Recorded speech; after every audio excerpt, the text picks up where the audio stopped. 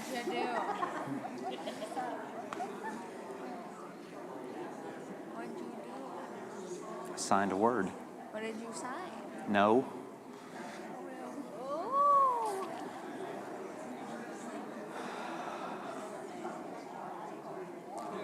All right. By my watch, it's time. So I appreciate everybody being here tonight. I think we lost a few from last week, but that's okay. I'll drive a few more of you off before the quarter's over. Just give me time. We're going to continue our study of looking at, kind of doing an overview of the Holy Lands. Last week, if you missed last week, don't worry. That was probably a good week to miss. Last week was just an introduction. We looked at some kind of overall, geographic stats and just geography of Israel, and talked a little bit about some archaeological concepts, which I will revisit one of those tonight. But tonight we're going to look at 3 different areas, 2 of which will take most of our time. We're going to look at 3 different areas. Now, before we jump in, I want to point you to a couple of resources that are available online, because I know I'm throwing a lot of information at you, and so there are 2 links on my website. The second one, someone had asked last week about handouts, and I'm not doing handouts because I'm doing slides. But I have made a set of slides with my notes on them for each lesson. So I've got one for last week. I've got one for this week that has all slides. There's 57 slides tonight, and I've got, for many of those, I've got my notes with the slides that kind of explain what you're seeing in the slide. So if you want a copy of that to reference later, that's the second address. Last week I had someone that asked me, hey, can you provide a link to the journal that you prepared when you went to Israel last year? And so that's what the first link is. So if you want to reference those, feel free to go to that. I will warn you that I did something like 200 pages of journal, so prepare to be bored out of your mind if you want to read those. But it has a lot of pictures and a lot of explanations about different things throughout the area. Okay, enough of that. If you don't get those and you want me to go back to this later, I'll go back to it at the end of the class. All right, so I want to talk about 3 places today. I want to talk about first Caesarea Maritima. Okay, now this is it's an important city in Scripture, but the references to Caesarea are limited to one book. It's only in the book of Acts. Okay, so we only read about Caesarea Maritima in the book of Acts. Now, I want to give you a little hint. There are 2 Caesareas in the New Testament. Okay, so I don't want you to get confused. There is Caesarea Maritima, which is never referred to, that I'm aware of, in Scripture as anything other than just Caesarea. Okay? It is on the Mediterranean. It is a port city on the Mediterranean. That's the one that we're going to talk about tonight. There is another city called Caesarea Philippi, which is most notably where the conversation between Jesus and Peter happened, where he said, upon this rock I will build my church. That's in Caesarea Philippi, which is in the northern Galilee area, so north of the Sea of Galilee. That's where Caesarea Philippi is, which is the entire width of the country of Israel apart. Okay, so every time in Scripture where Caesarea Philippi is meant, it says Caesarea Philippi. Okay, if it's the one by the coast, it says Caesarea. So that's the one we're talking about tonight. Again, exclusive to the book of Acts, but there are a number of important things that happened in Caesarea in the book of Acts.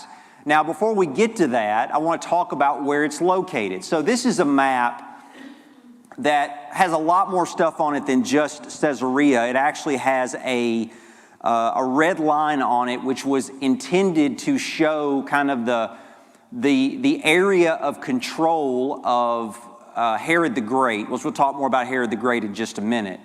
But I wanted to show you this because it shows where Caesarea was located. So if you notice, just to kind of set our bearings from what we looked at last week.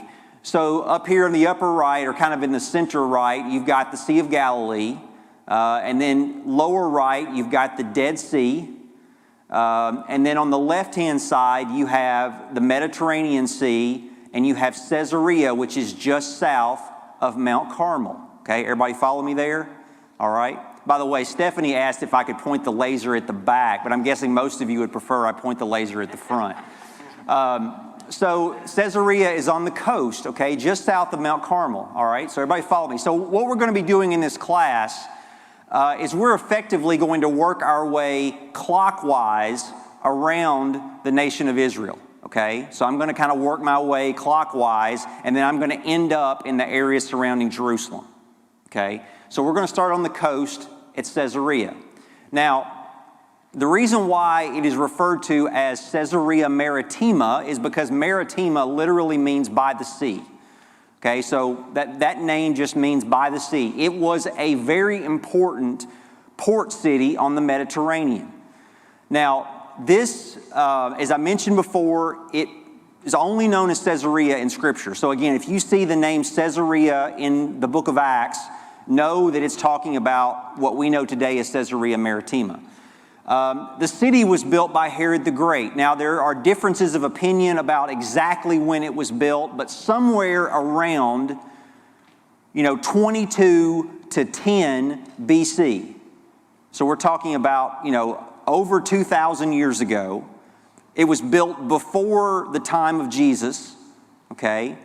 Now, keep in mind, when we're counting years in BC, we're going down, right? So from 22 to 10, we're going to talk later when we talk about Megiddo, we're going to talk about a lot of, 9th century, 10th century, 16th century, all of those BC, and the lower the number, the later the year. It gets kind of confusing when you're thinking BC. But, built from 22 to 10 BC, again, if you were to pull up Wikipedia, it probably has different dates on there, but it's in the general ballpark of, 20 to 10 BC. It was built by Herod the Great, but the name is Caesarea. So it's obviously named after one of the Caesars, right? It's named specifically after Caesar Augustus. So Herod the Great built the city, named it after Caesar Augustus. Now, this is kind of a commentary here. Herod was considered great, not because he was a great man. What is the one thing from Scripture that we know about Herod the Great? Yeah, he killed babies, right? We know him as a murderer. He was the one that was trying to kill the Messiah, right? He was the Herod that was in power at the time that Jesus was born. So he was not referred to as great because he was a great man. He is referred to as great because of what he built, and he built a lot.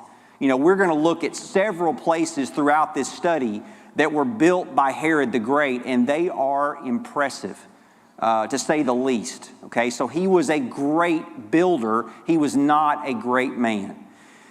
Now, the city of Caesarea was, it was a large city. What we're going to look at tonight are some pictures of a few things. One was a theater that has been excavated there. Those of you that have been to Israel, that have been to Caesarea, you've seen the theater, I'm sure. The palace, which to me, from a biblical standpoint, is the most important thing that has been uncovered there. But the palace that would have been started in the time of Herod the Great would have been completed later. The palace that is there, right beside the palace is a hippodrome. Anybody ever heard the name hippodrome? It's a racetrack for chariot races. And then just north of all of that, you have the remains of a very impressive aqueduct, which was used to bring in water from a spring at Mount Carmel. All right, so we'll look at all that as we go through here. Now, before we talk about the scripture surrounding this, or the biblical, the places in which Caesarea intersects scripture, I want to talk a little bit more about the city itself. It's an important archaeological site beyond just because of the color it gives us to the place Caesarea in Scripture, but it's important because it shows us what a Roman city of that time was like. And one of the things that it shows us is that they built, Herod built this city according to what is referred to as a Hippodamian plan. Now, the Hippodamian plan would have been, kind of revolutionary at that time. Today, it's commonplace in the way cities are built. What that meant, without going, and I won't read this whole slide to you, but what that meant was the city was built in a grid. Okay, it was built in a grid with squares. Okay, so what's a city that's like that today? Well, most big cities are like that today, right? Especially cities like New York. I mean, everything is conceived in a grid, right? You've got your streets one way and your avenues the other way, and everything is referenced by the cross streets, right? So Caesarea was built according to a grid, all right? So pretty cool, thinking about something that's, well over 2,000 years old was built in a grid system, okay? Something else that was found at Caesarea was lots and lots of sculptures, full-bodied sculptures, but all of them are beheaded. Now, we're going to talk about this in just a minute, but the reason why they're all beheaded is because in Islam, they don't believe in icons. So when the Muslims invaded, they cut all the heads off of the sculptures. So when you see all the sculptures in Caesarea, none of them have heads. Now, the rest of them are almost completely intact, but they have no heads because they were all cut off. Now, this is just an artist's rendition. This is not even a really incredibly accurate artist rendition, but it's got a little more flair to it than some of the diagrams that I found. But just showing, the grid system that would have been, a part of at the heyday of Caesarea. And you can see, again, built like a modern city today, built according to a grid system. Okay. Now let's talk about the intersection with Scripture. This is why we're here. This is why we're doing this. Okay.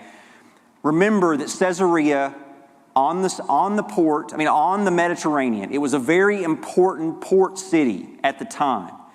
And we see that as we study the book of Acts, its importance as a port city, okay? Now, the first mention of Caesarea is with the disciple named Philip, okay? And Philip, after, Philip is mentioned as going to Caesarea as he went from city to city spreading the gospel after he converted the Ethiopian eunuch. So references Philip going to Caesarea. Now that's not the last time we have Philip in Caesarea, okay? It's coming again. After Paul was converted, so go one chapter later. So that was in Acts chapter 8. So if you want to, I've got the references up there, and those of you that want to download the slides on the website, you'll have access to all these references. But that's in Acts chapter 8, after the conversion of the eunuch, where it references going to Caesarea. Then you've got the very next chapter, you have the conversion of Saul. Two incredible chapters, especially in thinking about passages that give us a clear view of, a clear view of baptism's important in God's plan of salvation. The conversion of the eunuch and then the conversion of Saul. But in the conversion of Saul, after Saul's conversion, he was brought to Caesarea to sail to Tarsus. Now, why was he taken to Caesarea? It was the port city, right? If you were gonna sail the Mediterranean from Israel, from Palestine or surrounding areas, you're likely going to go through Caesarea to sail out. Okay, so again, that's where Paul left to go to Tarsus after leaving Damascus. Caesarea was listed, go one more chapter, the next two chapters in Acts. Caesarea was listed as the hometown of Cornelius. Cornelius, who was first Gentile convert, converted by Peter after the incredible object lesson that God gave to Peter about cleanliness. And Cornelius, his home was in Caesarea. All right, let's keep going. Again, only in Acts, but there's a lot. There's a lot in Acts. Now, you go one more chapter, and you have Acts chapter 12, and you have Peter in prison. And after Peter escapes from prison, you have Herod Agrippa the first. Now, not to be confused with Herod Agrippa the second, who we'll talk about in just a minute. But you have Herod Agrippa the first, who went to Caesarea and made a speech. Okay? And in that speech, what did he say about himself? How great he was. How great he was. He spoke with the voice of a God. And what happened? He was struck down. He was struck down with worms. An angel of the Lord struck him down with worms. He was destroyed because he did not give God the glory. That happened in Caesarea in Acts chapter 12. Now, jump over to Paul's second and third missionary journeys. In his second and third missionary journeys, the final leg of both of those journeys, when he comes back to Israel, he arrives at Caesarea. Okay, so the first one of those you read about in Acts chapter 18, the second one in Acts chapter 21. Significantly in Acts 21, when he comes back to Caesarea, he goes to the home of Philip, who was mentioned earlier. Okay, Philip lived in Caesarea along with his daughters who prophesied. So again, coming back to Caesarea at the end of the second and the third missionary journeys, because it was the port city. Okay, it was the port city on the Mediterranean. Last mention, and this is again critically important in the narrative of the New Testament, but the last mention of Caesarea comes in kind of the last great phase of Paul's life. Okay, so at the end of that third missionary journey, won't go through all the events that happened in a very short amount of time, but Paul was arrested. Okay, Paul was arrested. He knew there was a threat against him. He knew that coming back to Palestine would put him in danger, and sure enough, he was arrested, and ultimately he was held in Caesarea. And in Caesarea, he appeared before three different men: Felix, Festus, and Herod Agrippa the second. Not the first, who had already died in Caesarea, but this is the second. Okay? So he appeared before Herod Agrippa the second. And that covers, a big chunk of 3 chapters of the book of Acts. But all of that happened, all of that, discourse between Paul and Festus, Paul and Felix, Paul and Agrippa the second, all took place in Caesarea. And, if you remember, Agrippa's the one that said, almost you convinced me to be a Christian, which, by the way, I'm going to give you this for free, okay? For most of my life, and even in the hymns that we sing, there is an implication that Agrippa was almost convinced to be a Christian. From the study that I have done, and even questioning those who are truly original language scholars, they will almost all universally say it was sarcasm. That it was a sarcastic comment to Paul, like, oh yeah, you're going to convince me to be a Christian. So I gave you that free of charge for whatever it's worth. You may disagree with me, that's totally fine. You have the right. But that's my opinion on that. But anyway, that's where he was held, and that's where that conversation took place, was in Caesarea.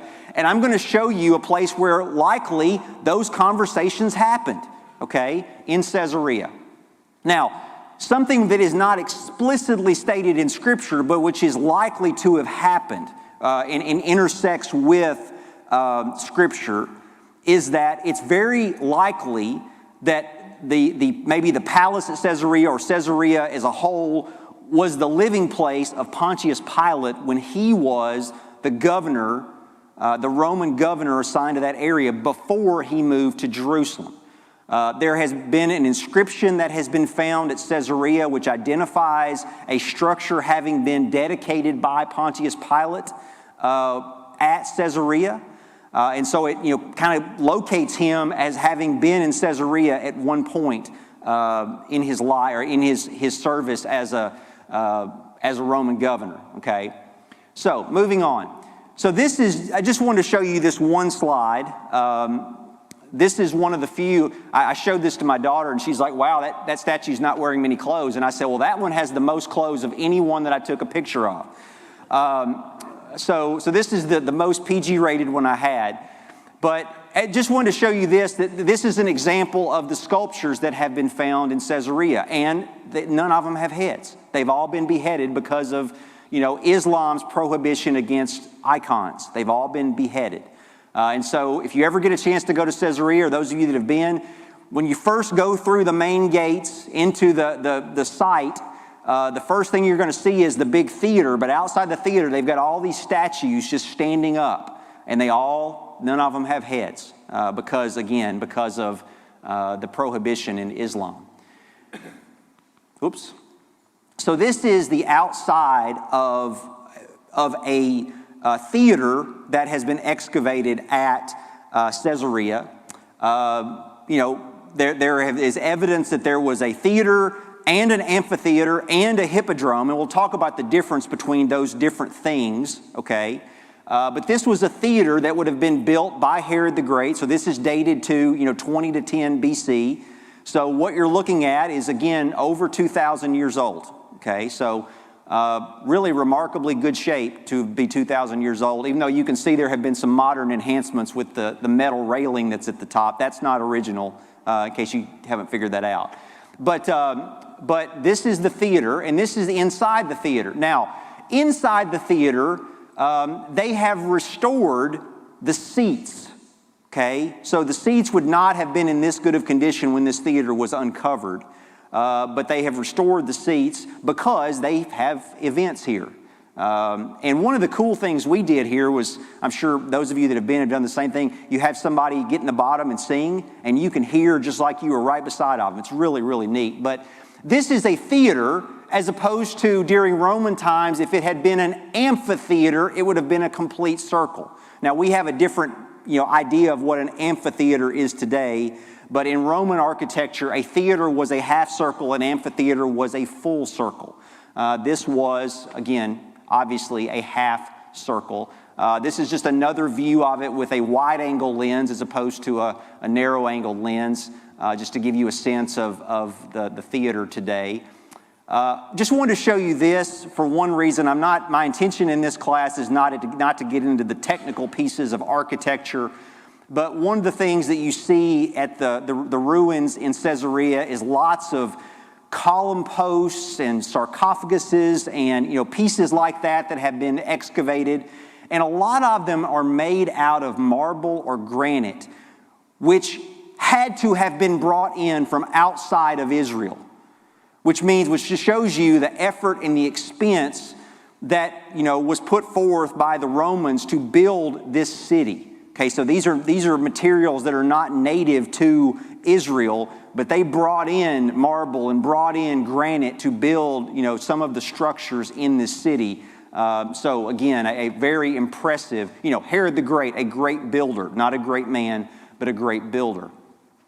Now, this is moving over to right up against the coast. This is part of the remains of the palace at Caesarea. Okay, so this is the palace that would have been begun by Herod the Great, would have been finished later. The reason why we know it was finished later is that there are two levels which the archaeologists have concluded that were built at different times. One which was built by Herod. This is the lower level, which was likely built by Herod the Great. You have an upper level that would have been closer to the time of Jesus when it was built. And so this is the lower level looking out toward the Mediterranean. You can see in the background, the lower level contains gardens. You see some of the remains of columns. There are mosaics that are still intact. Well, I've got a picture of those in just a minute. There's even a swimming pool that you can still see that's been partially consumed by the Mediterranean, but you can still see where it is. And so this is a couple of things in this picture. One, in the bottom part here, you can see the remains of some mosaics. If you're not familiar with what mosaics are, they're made of tiny little tiles that have been pieced together to make these images. And these are mosaics that are still intact from over 2,000 years. Even though they've got the seawater washing over them, the mosaics are still intact. And then behind these mosaics, right on the Mediterranean, you know what that is? Anybody? I hear some whispering, but my hearing's not good enough to hear that. Swimming pool. It was a swimming pool, or the bathhouse. But this was the swimming pool. This was Herod the Great's swimming pool, okay? Or what's left of it. But you can still see the outline of it that has been somewhat overtaken by the Mediterranean, but this was a swimming pool. Now, this right here is a reproduction. It's sitting today at the lower level of the palace there in Caesarea. But this is a reproduction of the piece that has been found that has the inscription mentioning Pontius Pilate. Okay? The original, it's not far away. It's in the Israel Museum in Jerusalem. But this is a reproduction that's there on the site. So again, this is one of the things that kind of tells us that Pontius Pilate was at Caesarea, probably before he moved to Jerusalem. And again, those of you that want to download the notes online, I've got exactly what the inscription says, and talks about him dedicating a building. It mentions Pontius Pilate, but that puts him in Caesarea. So again, that's not an explicit reference in Scripture, but obviously Pontius Pilate is a very important figure in the narrative of Scripture, and this tells us he was real. He was real. He was here. He was in Caesarea before he went to Jerusalem. So pretty cool, bringing a known figure to life. Now this is a view. So imagine that the first view, I am looking towards the Mediterranean. So imagine that the pulpit area is the Mediterranean. This next view, I'm just like turned around and I walked forward about maybe 50 yards. Okay, so this is the upper level of the palace. Okay, so this upper level was likely built a little bit later, not a lot later, but a little bit later than the lower level. Okay, so again, closer to the time of Jesus, Jesus' life, his ministry, rather than the time of early 20 to 10 BC. This is from the same area. Slides kind of cutting it off a little bit, but you can see in the background here. So this is looking to the north. And you can see this is the upper level of the palace where they've excavated the outlines of some rooms and some chambers that were part of the palace. You can see the remains of the ancient harbor in the background, again, on the Mediterranean. This was a port city. But I did this because it's got this sign in here that says, "I appeal unto Caesar." Just to make the point of, we don't know exactly where Paul was held when he was a prisoner, over this, lengthy time that he was in Caesarea. But it is very likely in the occasions in which he had conversations with Felix and Festus and Agrippa II that he was in this palace.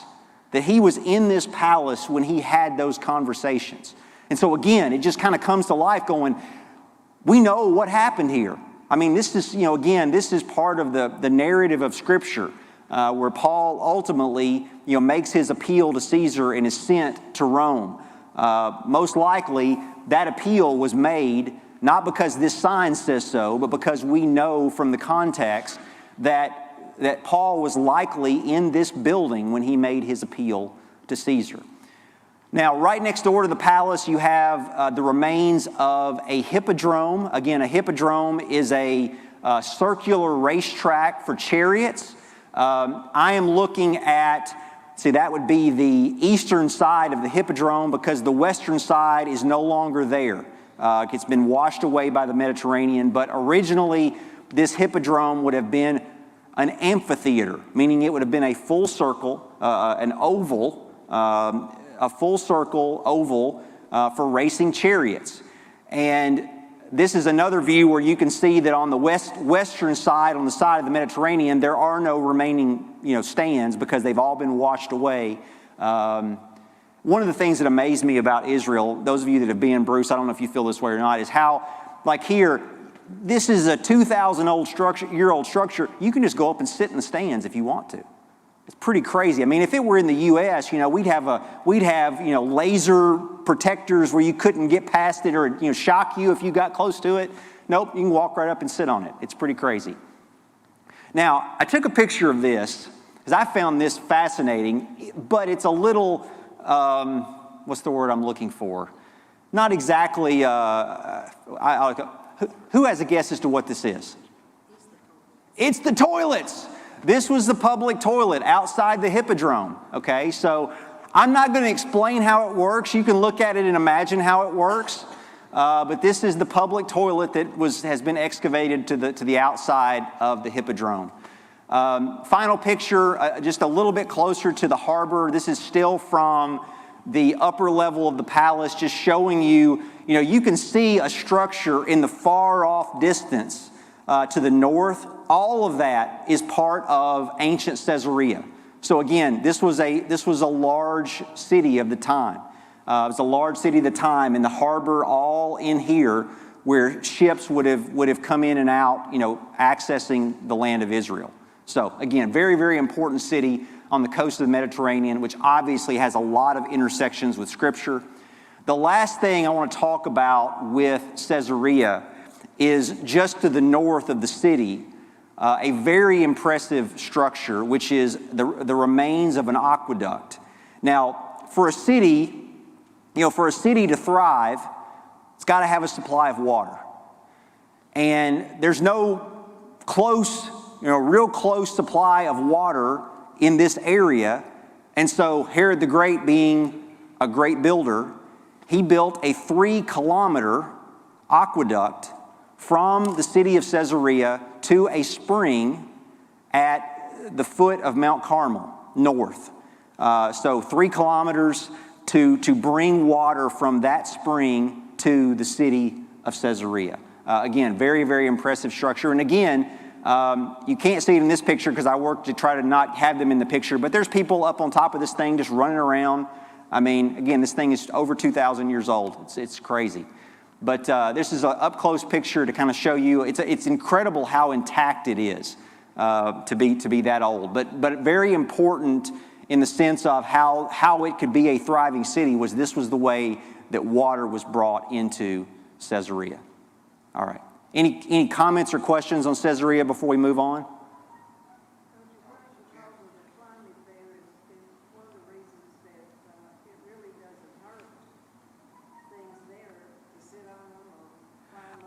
Well, the question was, do I think because of the climate it doesn't hurt to sit on them? I don't know. I mean, you've got months of rainy season, so I don't know. But I know that it's not as accessible as it was in the past. I know Bruce has told me stories about being able to just pick up pieces of from artifacts and take them with you because there was just nothing guarding it. So I don't know enough to know whether how much damage is being done by folks that are, sitting on it or not. But, later on when we get to Jerusalem, we'll talk about the Pool of Siloam, which is an incredible find that, I got a picture of me just sitting on the edge of the pool. And that's not the way we don't have anything that old in the U.S., but even the things that we do have that are, hundreds of years old, we put them under lock and key and, you can't get anywhere close to them. So it's just, I think it's just a different mindset. So, anybody else? Can you comment on the entrance into the palace where the gates were all set in and out to protect them from ramrods and also the loopholes? Here, you come here and teach it because I have no idea what you're talking about. So. Well, I just, when you went into the palace, I think it was Caesarea Palace, rather than having a gate going straight through, you had a gate and then it hit the wall and it turned, and then you went 20 feet and then it turned, and that's where the gate was. And the reason for that was they could not bring ramrods straight into the gate. Interesting. Because they had to turn, they couldn't do that. Gotcha. Yeah, that I don't remember. Either they didn't tell us that or I forgot it, which is equally possible. The loopholes are slits. What did you say? I think the gate he's talking about is Crusader time. Yeah. It's later. Gotcha. The loopholes were slits in the walls about so wide and maybe 5 feet tall where the archers would shoot out from, and it was so tough to get the arrows back and get that little spot. Gotcha. It was a safety measure. Gotcha. Okay. Yeah, I do. I don't remember that, so maybe I'll catch that my next time. All right. Anybody else? Yes. How tall were the towers, and what did they use them for? I do not know how tall the towers were. I do not know. Anybody else? You guys are finding the limits of my knowledge. I like that. All right, let's move on. We may have time for one more. So let's talk about the Jezreel Valley. So not a city, not a specific spot, but a geographical area. I've got up there's a couple of stories there from the book of Judges. We have two judges that had events that happened in the Jezreel Valley, and then a story from 1 Samuel 31. Jezreel Valley, so just again to set the context of where we're talking about. So we've been, so if you look at Mount Carmel here on the western side, we were just south of there in Caesarea. Now we're kind of moving to the east to the valley of Jezreel. So this is on the southern end of Galilee. Some consider the valley of Jezreel to be part of Galilee, others do not. But in the valley of Jezreel, we're going to talk about Megiddo and we're going to talk about Mount Tabor. But in the valley itself, it's mentioned a few times in Scripture, and those references are here on the screen. You have the story of Deborah and Barak when they defeated the Canaanites. That was in the valley of Jezreel. That's in Judges 4 and 5. And then the next two chapters, Judges 6 and 7, that's the story that more of us are probably familiar with, which is the story of Gideon, where Gideon defeated the Midianites with ultimately 300 men.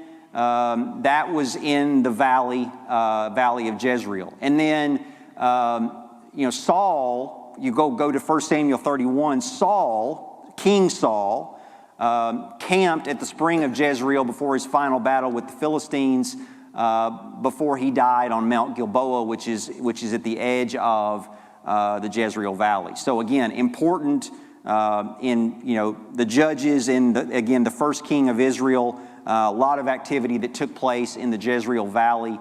I showed some of these pictures last week. When I went last year, it was in the rainy season, and so the Jezreel Valley was very lush. I've seen pictures from the summer when I know many of you have been in the summer. When it will show some of the effects of being dry, but in the winter it's very green, very lush. This is taken from the side, from on top of Megiddo, Tel Megiddo. Again, you see how lush it is. This is also from on top of Megiddo.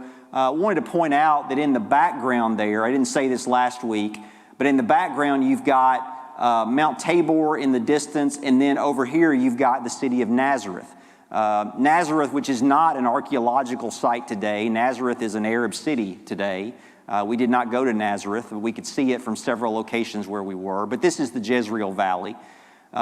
This is from also a picture of the Jezreel Valley, and you've got from a different angle, you've got Nazareth in the background. And this is from Mount Tabor. So again, kind of looking south across the Jezreel Valley. And then another picture from Mount Tabor looking across the Jezreel Valley. So again, not a lot to cover here, but the site of a couple of very important battles in the book of Judges, location where Saul camped before he was killed on Mount Gilboa, took place in this valley.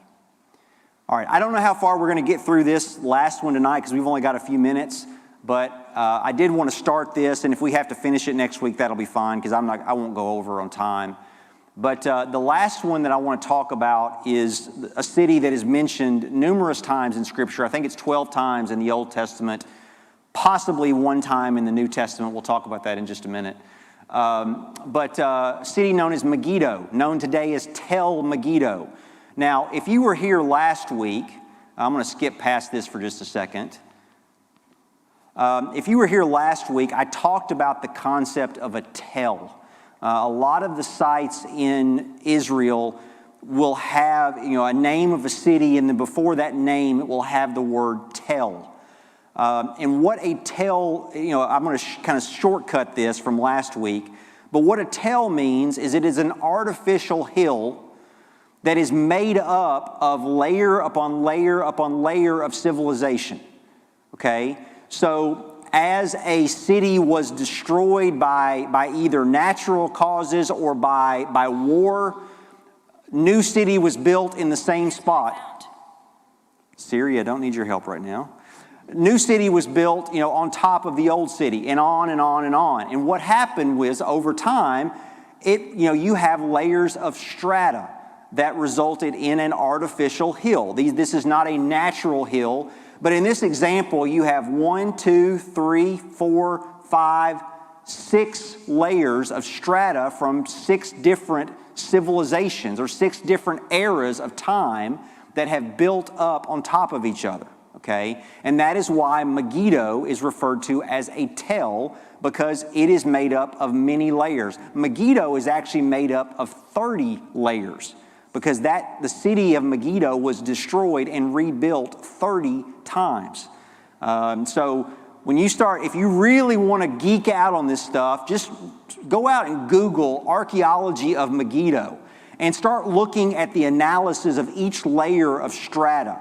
I mean, it gets intense, because every time they find something, they have to identify which layer it was in to begin the process of figuring out how old it is.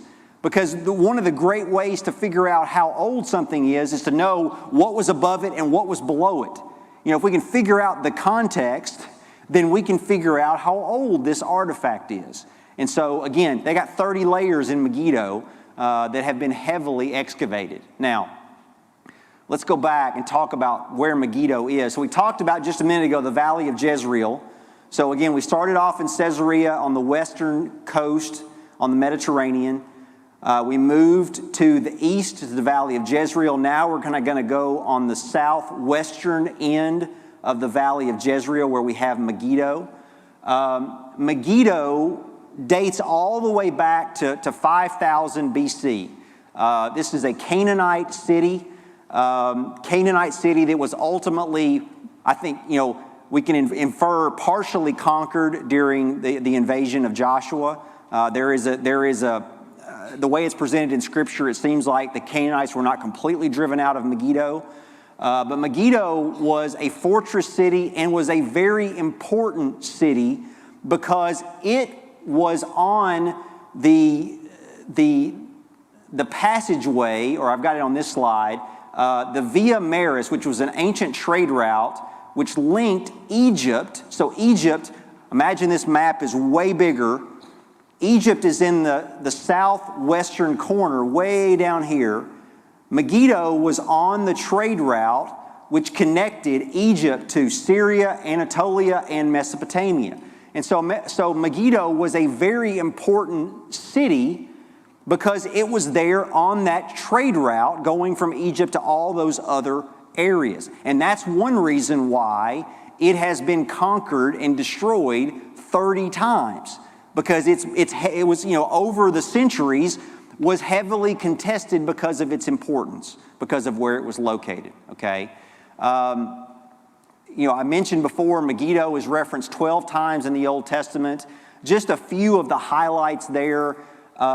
It's mentioned among the cities that were conquered by Joshua. So Joshua chapter 12, Sarah, you're probably going to be memorizing that soon. Her goal is to memorize the whole book of Joshua for lads to leaders, which is, I've never tried to memorize the entire book of Joshua. So you'll get to learn about Megiddo in the book of Joshua. But it appears from Joshua 17 that they did not fully drive the Canaanites out, but it was part of the conquest when the Israelites took over the land of Palestine. It's mentioned in 1 Kings chapter 9 during the reign of Solomon.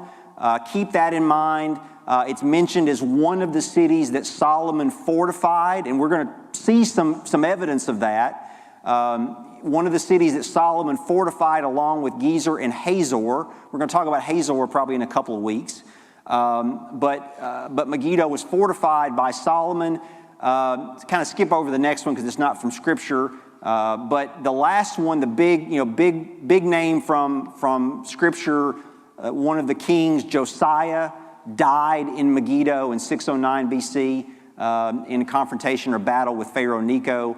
And so again, a number of important things that happened in Megiddo, in this important location on the trade route from Egypt to Mesopotamia. I mentioned this before, that Megiddo's been destroyed 30 times, so that means you've got 30 levels, 30 strata that are a part of this tell. And I wanted to mention this. We're not going to get into hardly any of this tonight, and that's okay. I'll move this to next week, and we'll get into the pictures next week. But Megiddo, the name Megiddo, is very closely related to the name Armageddon that is in Revelation chapter 16. And so those that tend to take Revelation literally will say, well, this is where Armageddon is going to happen. It's going to happen at the physical city of Megiddo, okay? When you walk onto the site, I didn't put a picture in here of this, but when you walk onto the site, one of the first signs you see, it says from Armageddon to Megiddo. But I believe that John was using that symbolically, because Megiddo was a location of battle, a location of war. Again, it turned hands 30 times, it was conquered 30 times. It was a fortress city. And so using that as symbolism for this great spiritual battle that's going to take place, the Battle of Armageddon, rather than this is going to happen at this physical location. Does that make sense? Okay, I got to teach you guys. This means yes, this means no. This means, I don't know. So does that make sense? Well, some of you are still really not sure, so that's okay. It's okay, we'll work on it. But again, most likely that association is symbolic, used symbolically by John to represent a place of battle, okay, rather than a specific literal location of Armageddon, all right? So we talked about the strata. We'll go into the ring the second bell. So this is a little different picture than I showed last week. I used Megiddo last week as a picture of an example of a tell. This is another picture with a wide angle lens showing where you can, even though it's behind trees, you can see again the hill with the slopes on each side.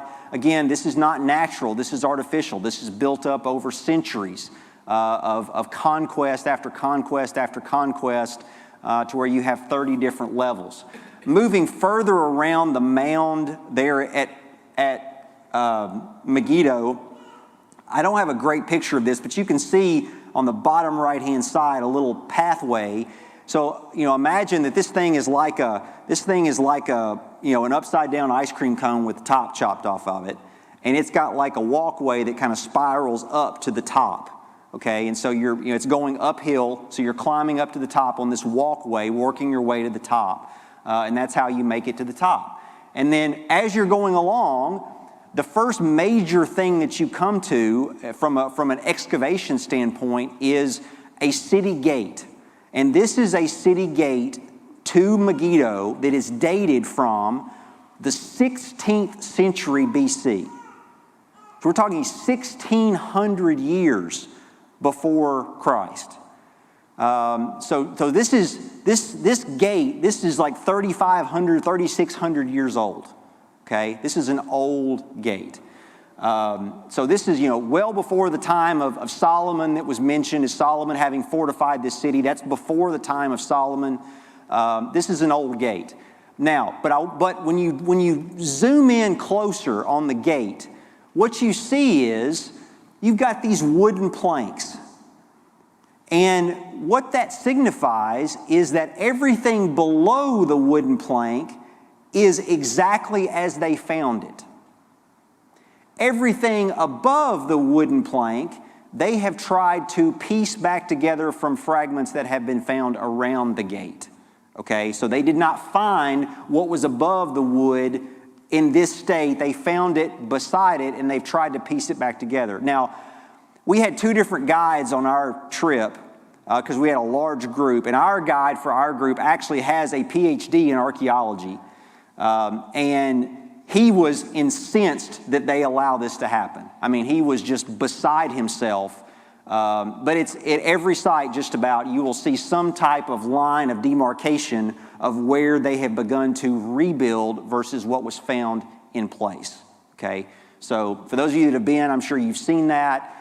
Those of you that hopefully you'll be able to go sometime in the future, you'll see that throughout the archaeological sites where, where they've got kind of that line. Have we had 2 bells? No? Okay, I'm gonna keep going then. So I wanted to show one more thing, hopefully before the bell rings. I mentioned last week that the challenge of the fact that these are tells and that they're, you've got layers of strata, is that if I want to get to layer 6 down here, what do I have to do? I got to go through all the other layers. And there could be really important stuff on the other layers, right? Well, this is an example. So the gate that I showed you the first, this is the 16th century gate, okay? Main gate to the city of Megiddo.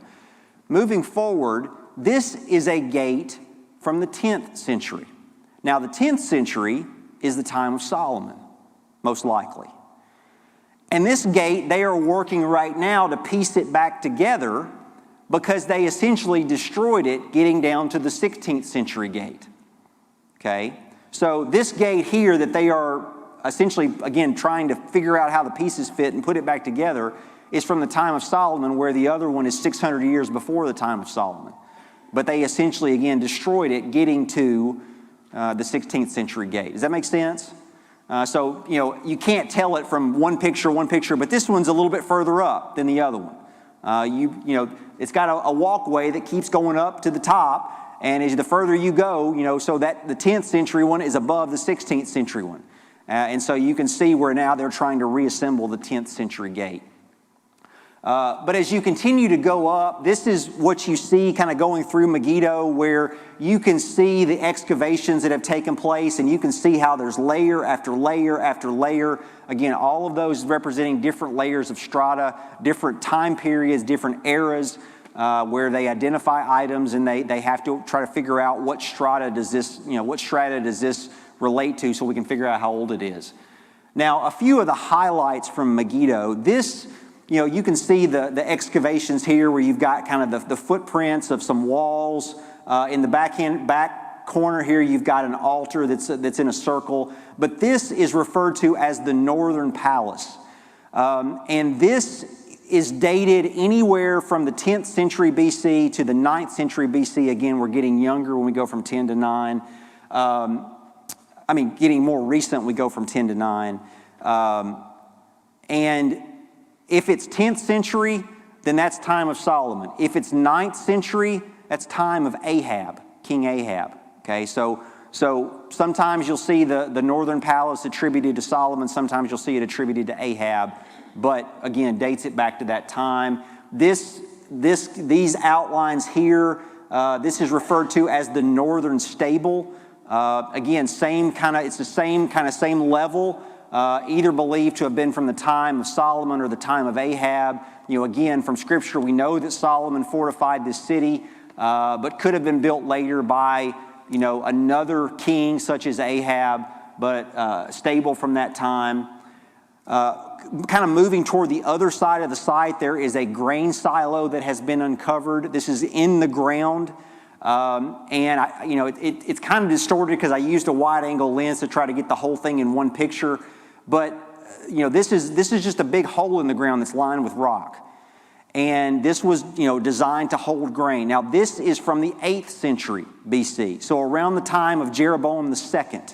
Okay, and that's who they attribute it to. From if you look at the signs, but approximately the 8th century BC. This is referred to as the Southern Stable, which is much more intact. This is a little more recent. And when I say more recent, it's 2,900 years old as opposed to 3,000 years old or whatever. But this is the Southern Stable. If you want to kind of get a sense of how that worked, well, they've got a little iron horse there to show you how the horse would feed in the stable. But I think this one was dated from the 8th century BC, the same time as the same time. I don't have my cheat sheet in front of me, but I believe it's the 8th century BC, same time as the grain silo. And then the last thing, which I can't believe I'm going to get to, but we have no bell, so I'm going to keep going.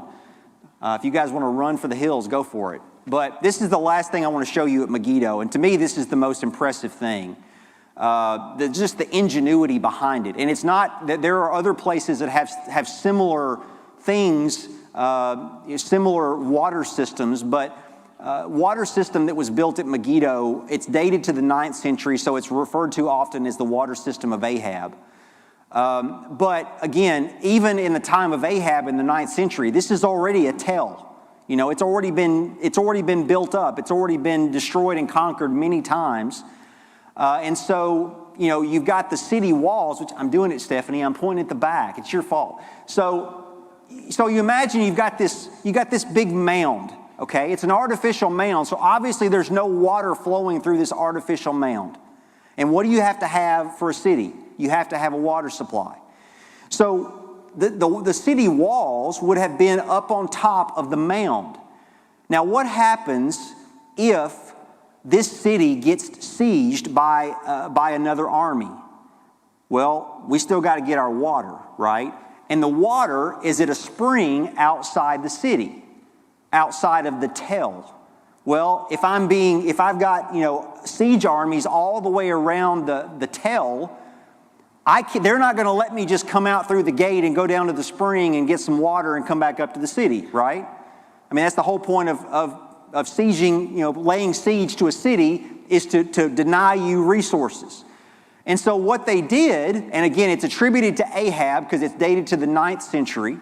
But what they did, I'm doing it again, Stephanie. So what they did was they dug a shaft through the tell all the way down into the bedrock, and then they dug, I think it's a 180-meter tunnel through the bedrock all the way out to the spring, and then they closed up access to the spring so that the enemies could not use that to get into the city. So now if we want to get water, we just go down into the shaft, we go through the tunnel, we get our water, and we come back up into the city. And we don't have to deal with the enemy. Okay, pretty ingenious, right? But, I mean, can you imagine with the tools from 3,000 years ago digging a tunnel through, 180 meters through bedrock? I mean, it's amazing. It's amazing what they accomplished. Now, this is the view today of looking down into the shaft. And now this is obviously modern day stairs that have been built to go down into this water system. But I want you to notice over here to the right. You see these like rocks that are all kind of in parallel? That's the ancient staircase that goes down into that shaft. So the ancient staircase is still there. Now I wouldn't want to use it, but it's still there. It's still there. And then moving on down, this is kind of a tunnel, the tunnel or the shaft going down. How many of you have been in this? I see about 20 hands. That's pretty cool. So, this is the shaft going down into, towards the tunnel. This is a picture from the tunnel. So that 180 meter long tunnel. And then on the other end of the tunnel, you've got the spring. You've got the spring. And so again, what they would do is go through the tunnel, get the water, and then they could come back up to the city, okay? Now, the last thing I've got for you is a 1.5-minute video, not of the whole thing, but of pieces of this, so you can get a sense of what it really looks like for those of you that have not been. So we're hoping it's going to play. Cross your fingers, and here we go. Oh, you get the music too.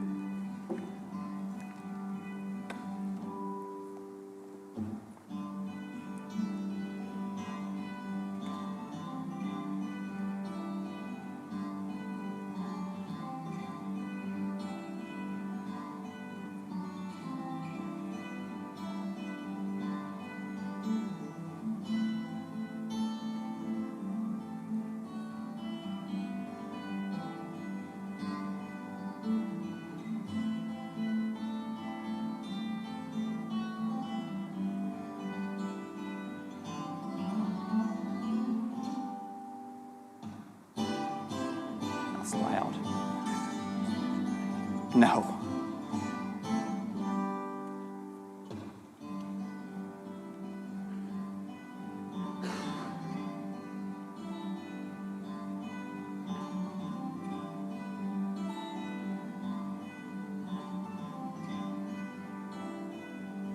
Now this part is modern day exit to get out. This would not have been open during the time of Ahab.